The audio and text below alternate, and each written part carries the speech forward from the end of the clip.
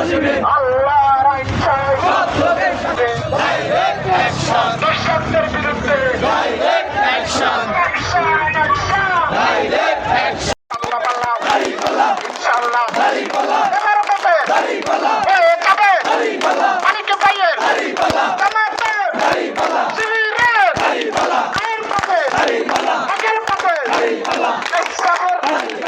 এই পর্যায়ে আমাদের সামনে বক্তব্য নিয়ে আসবেন আজকের প্রোগ্রামের সম্মানিত প্রধান অতিথি বাংলাদেশ জামাত ইসলামী ৮ নং জয়লস্কর ইউনিয়নের সম্মানিত আমির মাওলানা সাইফুল ইসলাম। আলহামদুলিল্লাহ রাব্বিল আলামিন ওয়াসসালাতু ওয়াসসালামু আলা আশরাফিল আনবিয়া ওয়াল মুরসালিন ওয়া আলা আলিহি ওয়া আসহাবিহি আজমাইন। বাংলাদেশ জামাত ইসলামী জয়লস্কর ইউনিয়নের যুব বিভাগ কর্তৃক আয়োজিত আজকের ফ্যাসিস্ট স্বৈরাচার পলাতক রাষ্ট্রপ্রধান বাংলাদেশের গণধিক্ষিত দল বাংলাদেশ আওয়ামী লীগ কর্তৃক লকডাউন কর্মসূচির প্রতিবাদে অগ্নিসংযোগের প্রতিবাদে বাংলাদেশকে অস্থিতিশীল করার পরিকল্পনার প্রতিবাদে আয়োজিত আজকের এই বিক্ষোভ সমাবেশের বিক্ষুব্ধ যুব সমাজ। আপনারা সকলে জানেন 5 আগস্টের রক্তক্ষয়ী বিপ্লবের মধ্য দিয়ে বাংলাদেশ দ্বিতীয়বার স্বাধীন হয়েছে।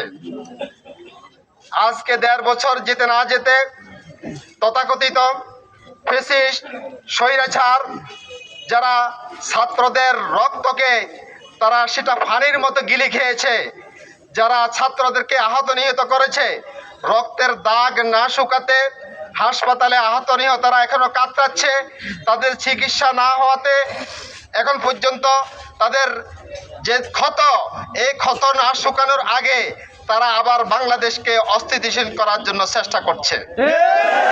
বাংলাদেশের ছাত্র জনতা, বাংলাদেশ জামাত ইসলামী, ইসলামী ছাত্র শিবির সহ দেশপ্রেমিক সকল জনগণকে সাথে নিয়ে আমরা তাদের সকল ষড়যন্ত্র মোকাবেলা করব ইনশাআল্লাহ।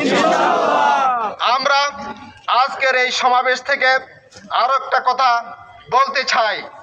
বাংলাদেশের যে জুলাই সনদ সকল দল মত নির্বিশেষে সকলে স্বাক্ষর করেছে, এই জুলাই সনদের আইনি ভিত্তি দিতে হবে।